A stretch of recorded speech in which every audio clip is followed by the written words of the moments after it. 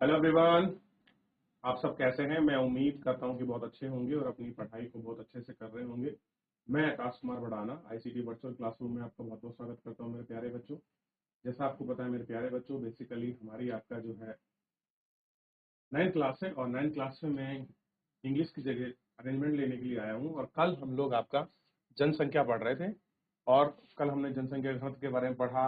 28 राज्य और 8 केंद्र शासित प्रदेशों को देखा। सभी बच्चों ने लिखा, बहुत अच्छे से भाग लिया, सभी बच्चे नोट कर रहे थे। तो मैंने बहुत सारी चीजें आपको उसमें समझाई थी। तो पहले एक बार देख लीजिए, किसी का कोई भी अगर डाउट है, किसी प्रकार का कोई क्वेरी है जो हमने कल पढ़ा चैप्टर संबंधित, सबसे पहले हम लोग वो डाउट और क्वेरी को लेंगे। कि मान लीजिए आपने घर जाकर कोई चीज पढ़ी और आपको रिवीजन करते समय प्रॉब्लम आई या चीजें थोड़ी सी आपकी अच्छे से क्लियर नहीं हो पाई घर जाकर। भी बच्चे सब लोग घर जाकर आकर रिवीजन करते हैं ना आप लोग। रिवीजन के बाद कुछ चीजें ऐसी होती है जो हमारे माइंड में अब तक नहीं करती, तो सबसे पहले उनको लेंगे, फिर हम लोग आगे चैप्टर को पढ़ेंगे। एक बार देख लीजिए सभी बच्चे, किसी का कोई डाउट, कोई क्वेरी चैप्टर से संबंधित, पिछले वाले चैप्टर से संबंधित हो, पूछ सकते हैं। चलिए, जीआईसी सभ्य वाला, जीआईसी सभ्य वाला,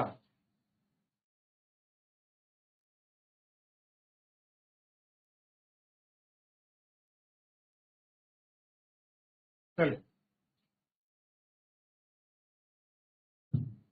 तो मैंने आपको बताया था, आगे बढ़ेंगे। सबसे पहले आप ध्यान दें, आप सभी बच्चे, कुछ चीजें इसमें बड़ी महत्वपूर्ण है। देखिए, कह रहे हैं कि 250 प्रति व्यक्ति वर्ग किलोमीटर से कम जनसंख्या घनत्व वाले राज्य का नाम बताइए। अब कह रहे हैं कि आपको ऐसे राज्य का नाम बताना है जिसमें 250 प्रति व्यक्ति वर्ग किलोमीटर से जनसंख्या घनत्व कम हो, यानी कि एक वर्ग किलोमीटर में जहां 200 से 50 कम लोग रहते हैं। मान लीजिए मैंने कल बताया था आपको, ये एक वर्ग किलोमीटर है, माना है हमने बेटा। इसमें बहुत सी जगह तो बहुत ज्यादा डेंस है। जैसे मैंने 2 एग्जांपल दिए थे आपको, बे ऑफ जो आपका बंगाल है, पश्चिम बंगाल, और बिहार में मैंने आपको बताया था कि यहाँ बहुत ज्यादा डेंस पॉपुलेशन है, सघनता है। यहाँ एक क्षेत्र में बहुत ज्यादा लोग रहते हैं, जबकि दिल्ली भी ऐसा ही है। और जबकि वहीं दूसरी जगह आपने अरुणाचल प्रदेश को आपने देखा, राजस्थान को आपने देखा, क्लियर है, कर्नाटक वगैरह के जो नीचे के पार्ट है हमने उनको देखा। नॉर्थ ईस्ट के जो आपके राज्य हैं, सिक्किम हो गया, मिजोरम हो गया, मणिपुर हो गया, उनका जनसंख्या घनत्व कैसा है? इससे भी कम है, बहुत कम है। ये तो 250 के पास पूछ रहा है कि 250 से कम है, इससे भी कम है। तो हमको उन राज्यों का नाम बताना है। तो आप पीछे जब आपने रिवीजन करा होगा तो ये सारी चीज आपको बहुत अच्छे से मिली होंगी और तब आप इसको अच्छे से देख सकते हैं। पर्वतीय क्षेत्र तथा प्रतिकूल जया वाली अवस्था में इन क्षेत्रों की विरल जनसंख्या के लिए उत्तरदायी है। किस राज्य की जनसंख्या घनत्व 250 प्रति व्यक्ति किमी से भी कम है और क्यों? असम एवं अधिकतर प्रायद्वीपीय राज्यों का जनसंख्या घनत्व मध्य है। कह रहे कि असम हो गया और कुछ आपके प्रायद्वीपीय राज्य। प्रायद्वीपीय राज्य मतलब ध्यान दीजिए, इस तरीके से आपने देखा होगा, ये कोस्टल लाइन है, तो यहाँ पर जो राज्य पड़ते हैं और ये जो राज्य पड़ते हैं, हम इन्हीं को बोलते हैं प्रायद्वीपीय राज्य। क्लियर है? आपको पता होना चाहिए। तो यहाँ पर कैसा है? जनसंख्या घनत्व आपको कम मिलेगा। पहाड़ी कटे छटे पथरीले भूभाग में मध्य या फिर जहां पर आपकी वर्षा कम होती है, छिछले क्षेत्रों में जहां उपजाऊ कम होती है, जहां मिट्टी अच्छी नहीं है, राज्य में जनसंख्या घनत्व को प्रभावित करती है।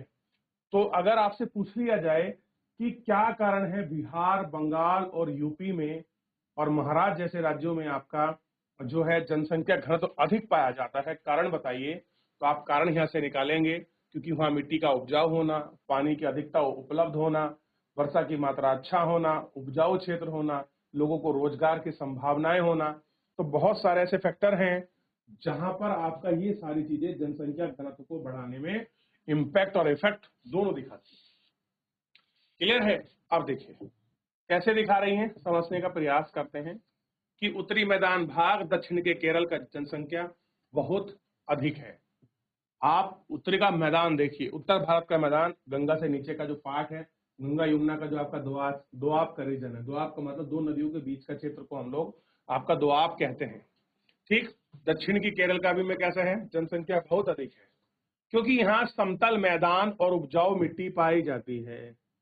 जहां पर प्लेन होगा, लोगों को रहने के लिए आसानी होगी, सुलभता होगी, मिट्टी उपजाऊ है तो खाने के लिए बहुत कुछ उपलब्ध हो सकता है। और सबसे बड़ी बात है, पर्याप्त मात्रा में आपको वर्षा भी मिल रही है। और उत्तरी मैदान में अधिक जनसंख्या घनत्व, 3 राज्यों के नाम बताओ जहां पर सबसे ज्यादा जनसंख्या घनत्व मिलता है। तो हमने बिहार पढ़ा, पश्चिम बंगाल पढ़ा और यूपी पढ़ा कि इन जैसे राज्यों में आपका जनसंख्या घनत्व बहुत अधिक पाया जाता है। देख लिया, आइए आगे बढ़ते हैं थोड़ा सा।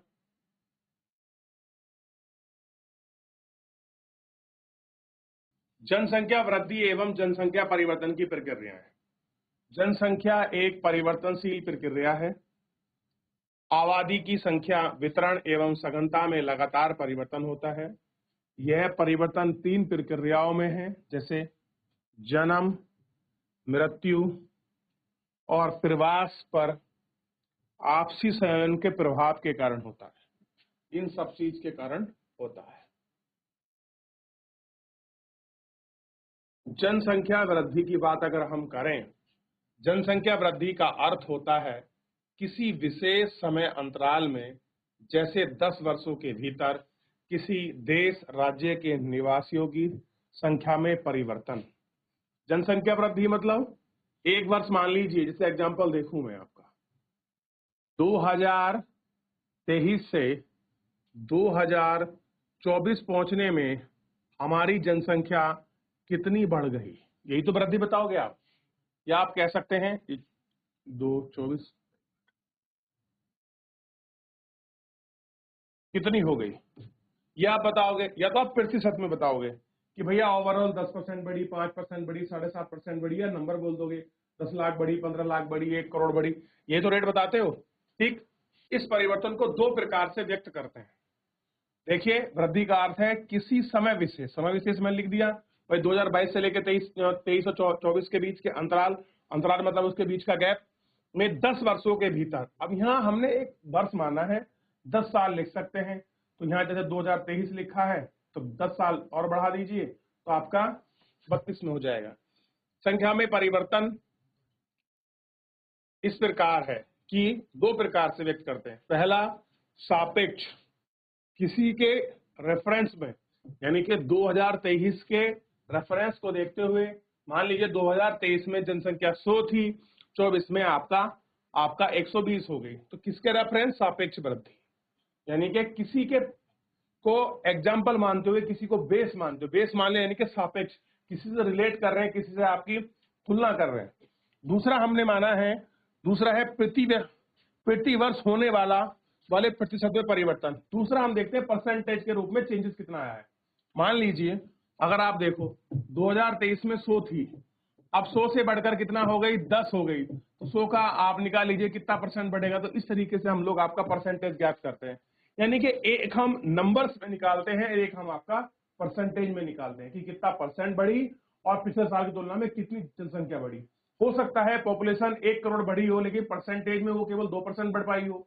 ये चीज हमको इसमें देखनी होती है। प्रत्येक 10 वर्ष या 1 दशक में बड़ी जनसंख्या कुल जनसंख्या की वृद्धि का परिमाण होता है। तो ध्यान दीजिए, दशक का मतलब होता है 10 साल। कहीं भी बात आए 1 दशक बाद 2 दशक, 2 दशक मतलब यानी कि 20 साल, दशक 10 वर्ष का होता है, कि क्लियर होना चाहिए आपको। तो कुल जनसंख्या में वृद्धि का परिमाण है, यानी कि 1 दशक में कितनी जनसंख्या बढ़ी है, हम टोटल आपका रिजल्टेंट निकालते हैं। पहले की जनसंख्या, जैसे 2001 की जनसंख्या को बाद में जनसंख्या 2011 की जनगणना से घटा सकते हैं। अब देखते हैं कि 2001 में क्या जनसंख्या थी और 2011 में क्या थी। मान लीजिए यहाँ 120 थी और भैया 2011 में बढ़कर ये आपका 160 हो गई, दोनों को माइनस करा तो 40 का अंतर आया। हम कह सकते हैं कि इस 10 साल में 2001 से लेके 2011 तक 10 साल में 40 करोड़ जनसंख्या बढ़ी। ऐसे करके हम लोग याद कर लेते हैं। क्लियर है। अब हमको देखना है। अब मान लीजिए अब निकालने लग जाए वो आपका परसेंटेज में, तो परसेंटेज में सिंपल निकलेगा कि भैया टोटल पॉपुलेशन 120 करोड़ थी, 40 करोड़ आपका बढ़ी है, कितना परसेंट बढ़ी है 100 से डिवाइड कर लीजिए, इस तरह से 400/12 जो आपका ज्ञात आएगा वही आपका परसेंटेज जाएगा, कितनी आपकी परसेंटेज बढ़ी है। ठीक, तो अगर आप इसे घटाओगे, भाग दोगे 12×36 और फिर आपका 12×36 33 कुछ ऐसी बढ़ेगी, 33.33% ऐसी कुछ करके बढ़ जाएगी, यानी कि लगभग 33% पॉपुलेशन आपका बढ़ी। तो इस तरीके से हम परसेंटेज में और इस तरीके से हम लोग निकाल लेते हैं। ठीक, जनसंख्या का वृद्धि दर दूसरा महत्वपूर्ण पहलू है। इसका अध्ययन प्रतिवर्ष में आपका प्रतिशत में किया जाता है कि कितना परसेंट आपका पॉपुलेशन बढ़ रही है। अब देखिए यहाँ डाटा दिखाया गया है, 1991 में इतनी थी, 91 से 61 के बीच कितनी बढ़ी, 21%, ऐसे धीरे धीरे बढ़ रही है। अब हम बात करेंगे 1981 से लेके 91 में कितनी थी, 24.6%। 1991 में 2001 के बीच कितनी थी, 23, यानी घटी। और यहाँ आप 2001 से लेकर 11 के बीच 17.64% में आपका परसेंटेज में इसका इंक्रीमेंट हमको या फिर आपका बढ़ते हुए हमको इसको देख सकते हैं। ये total of number of population को हमें लाखों में व्यक्त किया गया है, ये हमको देखने के लिए मिलेगा। ठीक, कह रहे हैं कि प्रतिवर्ष 2% वार्षिक दर से, प्रतिवर्ष 2% दर से वृद्धि हो रही है। दिए हुए किसी वर्ष की मूल जनसंख्या में प्रति व्यक्ति को 100 व्यक्तियों पर 2 व्यक्तियों की वृद्धि होती है। इस वार्षिक वृद्धि दर कहा जाता है, इसे क्या बोलते हैं, इसी को हम लोग आपका वार्षिक वृद्धि दर कहते हैं। भारत की आबादी 1991 में लेकर 3,0610 लाख से बढ़कर 2011 में 1,200 लाख हो गई है, यानी कि 12, आप इसको नंबर ले सकते हैं, 1,200 आपका 100 लाख हो गई है, यानी कि इतना नंबर आपका बढ़ गया। तो इसमें आगे देखेंगे सापेक्ष वृद्धि वगैरह। तो अभी जितना हमने देखा है, किसी को परसेंटेज में कुछ समझने में कोई भी दिक्कत है, कोई समझ नहीं आया है कि वार्षिक में कैसे बढ़ती है, दशक में कैसे बढ़ रही है, परसेंटेज में, तो एक बार पूछ लीजिए।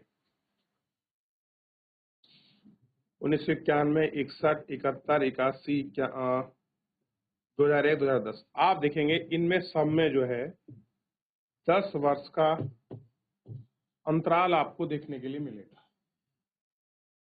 कितने का मिलेगा, 10 वर्ष का अंतराल आपको देखने के लिए मिलेगा। तो ये जनसंख्या है जो आपकी बढ़ी है।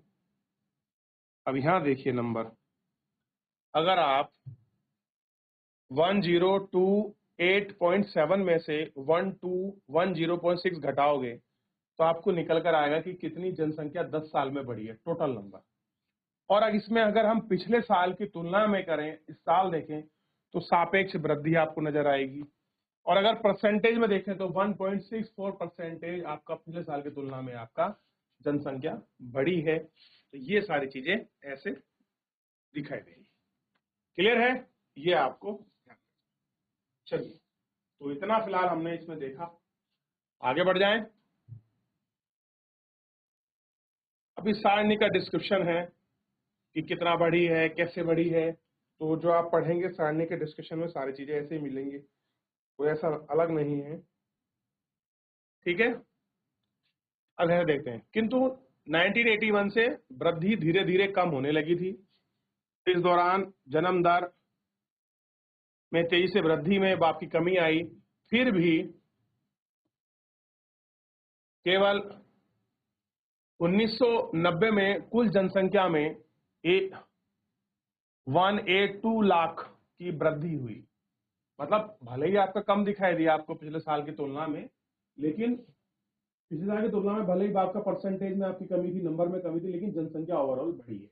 कहने का मतलब जैसे मान लीजिए पिछले साल 20% बढ़ी है, लेकिन इस साल 16 बढ़ी, तो पिछले साल की तुलना में कैसी रही, आपकी कम रही ना, लेकिन नंबर तो बढ़ा ना, है ना, माने थोड़ी हुआ।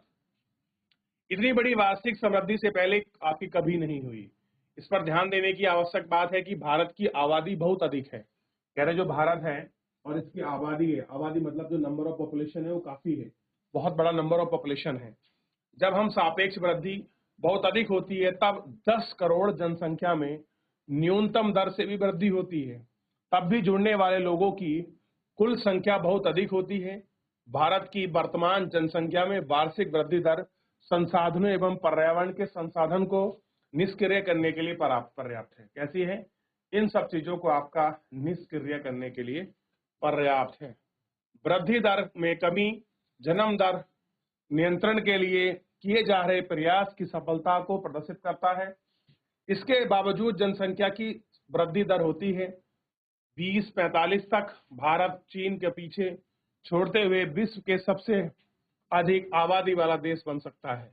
और बन सकता क्या है?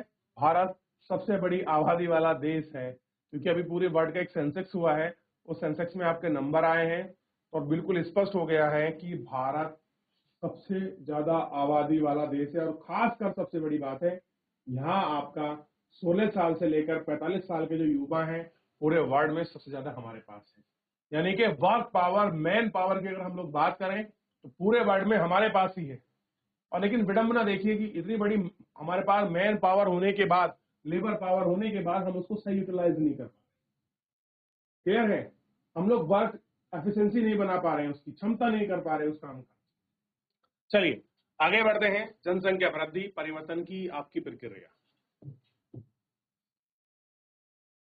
ध्यान देंगे। जनसंख्या वृद्धि एवं परिवर्तन की प्रक्रिया, चेंजेस कैसे हो रहे हैं, जनसंख्या वृद्धि कैसे हुई, तो कुछ चेंज आ रहा हो, या तो आपकी बढ़ रही होगी या फिर आपकी घट रही होगी।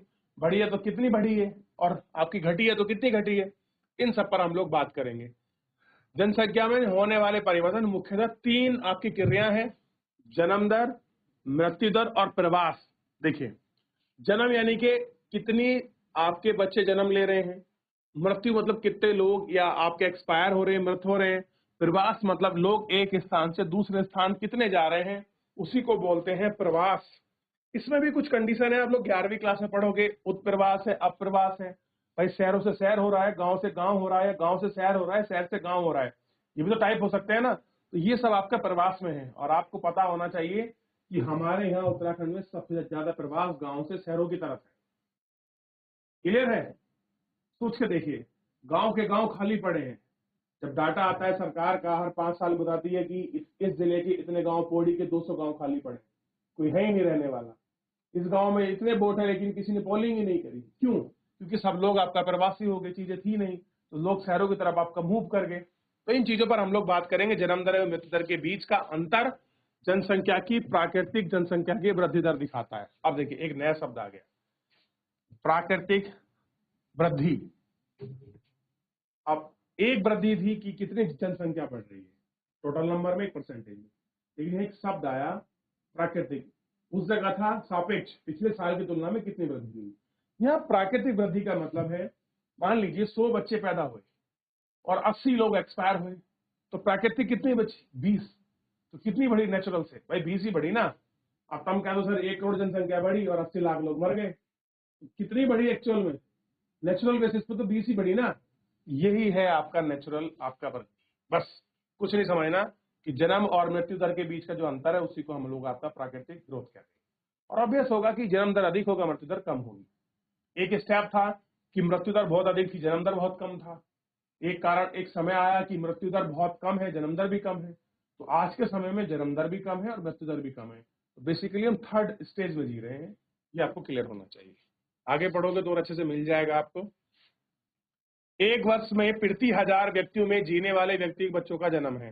तो ध्यान दीजिए, जब भी हम बर्थ रेट निकालते हैं तो प्रति 1000 पर ज्ञात किया जाता है, ना कि 100 पर। प्रति 1000 व्यक्तियों में जितने बच्चे जीवित हैं उनका जन्म, उसको जन्म दर कहते हैं। वृद्धि कहलाती है। प्रमुख घटक है क्योंकि भारत में हमेशा जन्म दर मृत्यु दर से अधिक होती है। बस ध्यान रखना, जन्म दर कैसी है? हाई है, और मृत्यु दर कैसी रहती है? आपका कम रहती है। ये आपको ध्यान रखना। मान लीजिए कहीं आपको इस तरह के चिन्ह दिखाई देते हैं, इसका मतलब है कम, अगर नीचे की तरफ है, और इसका मतलब है आपका वृद्धि से, आपका समृद्धि से। ध्यान रहेगा। चलिए मैं सब बताते चलता हूं ताकि आपको कहीं भी किसी प्रकार का कंफ्यूजिंग ना हो। देख लीजिए, अच्छे से आपको समझा रहा हूं, नहीं तो बेटे खाली रीडिंग करनी होती, चैप्टर एकदम समाप्त हो जाता है। चलिए देख लीजिए, हो गया आप सभी का। तो वृद्धि, ग्रोथ, नेचुरल, बेसिस, तो ये सारी चीजें आपने देख ली, पढ़ ली, समझ ली। तो पहले यहां तक आप मुझे बताइए, किसी बच्चे का कोई डाउट, कोई क्वेरी है किसी प्रकार की, आप मुझसे पूछ सकते हैं। आपका कोई डाउट, कोई क्वेरी किसी प्रकार में, पूछ ले बेटा। किसी का कोई डाउट, कोई क्वेरी है तो चलिए, तो एक बार थोड़ा सा पीछे बढ़ जाते हैं। अब एक क्वेश्चन आया था कि जिनका घनत्व 250 से कम है, तो आप देखिए 250 से कौन कम है, जो आपके ग्रीन वाले हैं। आप देखिए ग्रीन में कौन से हैं, नॉर्थ ईस्ट के असम को छोड़कर सारे राज्य हैं। ठीक है, इधर मध्य छत्तीसगढ़, मध्य प्रदेश, राजस्थान, इनका कम है। उत्तराखंड, हिमाचल, जम्मू और 2 यूटी है। तो यहाँ पर जनसंख्या घनत्व कैसा है, 250 से भी कम है। क्लियर है? तो ये सारा हम लोग देख चुके, इसमें बात कर चुके। यहाँ तक किसी का कोई क्वेरी, क्वेश्चन रहा हो, पीछे हमने नंबर ऑफ पॉपुलेशन देखा। तो इन तरीके से हमने जनगणना आप पढ़ रहे हैं। देखिए स्पीड भले ही स्लो है, लेकिन हम चीजों को क्लियर करते हुए चल रहे हैं। अब आप पढ़ जाएं, आपसे कोई पूछ ले जनसंख्या वृद्धि दर कितने साल में होती है, जनसंख्या 10 साल में होती है कि 5 साल में, किस रूप में देखते हैं, तो कम से कम आप बता सकते हो कि भैया ऐसे कुछ होता है, सरकार ऐसे ऐसे करके निकालती, इतना हम जानते हैं। तो एक आपको अच्छा खासा रेट पता होगा। तो अब आपने मृत्यु दर, सॉरी, जन्म दर को देख लिया, और मृत्यु दर को हम कल पढ़ेंगे, फिर भी मैं डेफिनेशन बता देता हूं कि एक वर्ष में प्रति 1000 व्यक्तियों के मरने वालों की संख्या को मृत्यु दर कहते हैं। यहाँ दर 100 से ना निकालकर प्रति 1000 पर ज्ञात करते हैं। बस ये ध्यान रखना है कि चाहे बर्थ रेट हो या चाइल्ड रेट हो, और पर परसेंट में, मतलब 100 में ना निकालकर प्रति 1000 में हम लोग आपका मृत्यु दर और जन्म दर को ज्ञात करते हैं। ये आपको क्लियर होना चाहिए। तो फिलहाल एक बार पूरा अच्छे से देख लीजिए, पढ़ लीजिए। जन्म दर, birth rate, death rate, natural वृद्धि, सापेक्ष, relative, percentage, growth, areas, margin, सब मैंने आपको समझा दिया है। अच्छे से पढ़ें। और डेंसिटी कितनी है, घनत्व कहाँ पर कितना पाया जाता है, जनसंख्या के कम स्टेट कौन से हैं, ज्यादा पर कौन से हैं, और जनसंख्या घनत्व का मतलब क्या है, और जनसंख्या घनत्व अधिक है तो क्यों है, उसके कारण क्या है, ये सारी चीजें मैं आपको बता चुका हूं। बस एक बार आप लोग रिवीजन करें, घर जाकर पढ़ेंगे तो चीजें बिल्कुल साफ हो जाएंगी। फिलहाल मेरे प्यारे बच्चों, आज के लिए इतना ही, मिलते हैं नेक्स्ट लेक्चर में। तब तक अपना ध्यान रखिए, स्वस्थ रहिए और अपनी पढ़ाई को बहुत अच्छे से करते रहिए। मुझसे जुड़ने के लिए आपका बहुत बहुत धन्यवाद।